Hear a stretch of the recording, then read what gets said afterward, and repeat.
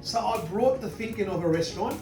That's what you do in a restaurant. You go in the morning, you chop your veggies, you make your sauce. If you don't know how a back of house works, how a kitchen works in a restaurant, order at Oodee and you'll know.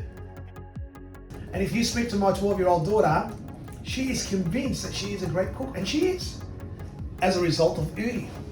And she's learned about ingredients, she's learned what things are, she's learned what marinating is. Today, like, it adds so much to people's homes and what, you know, bringing the family together, cooking together, learning how to cook.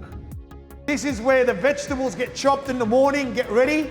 Now we go through to the next facility.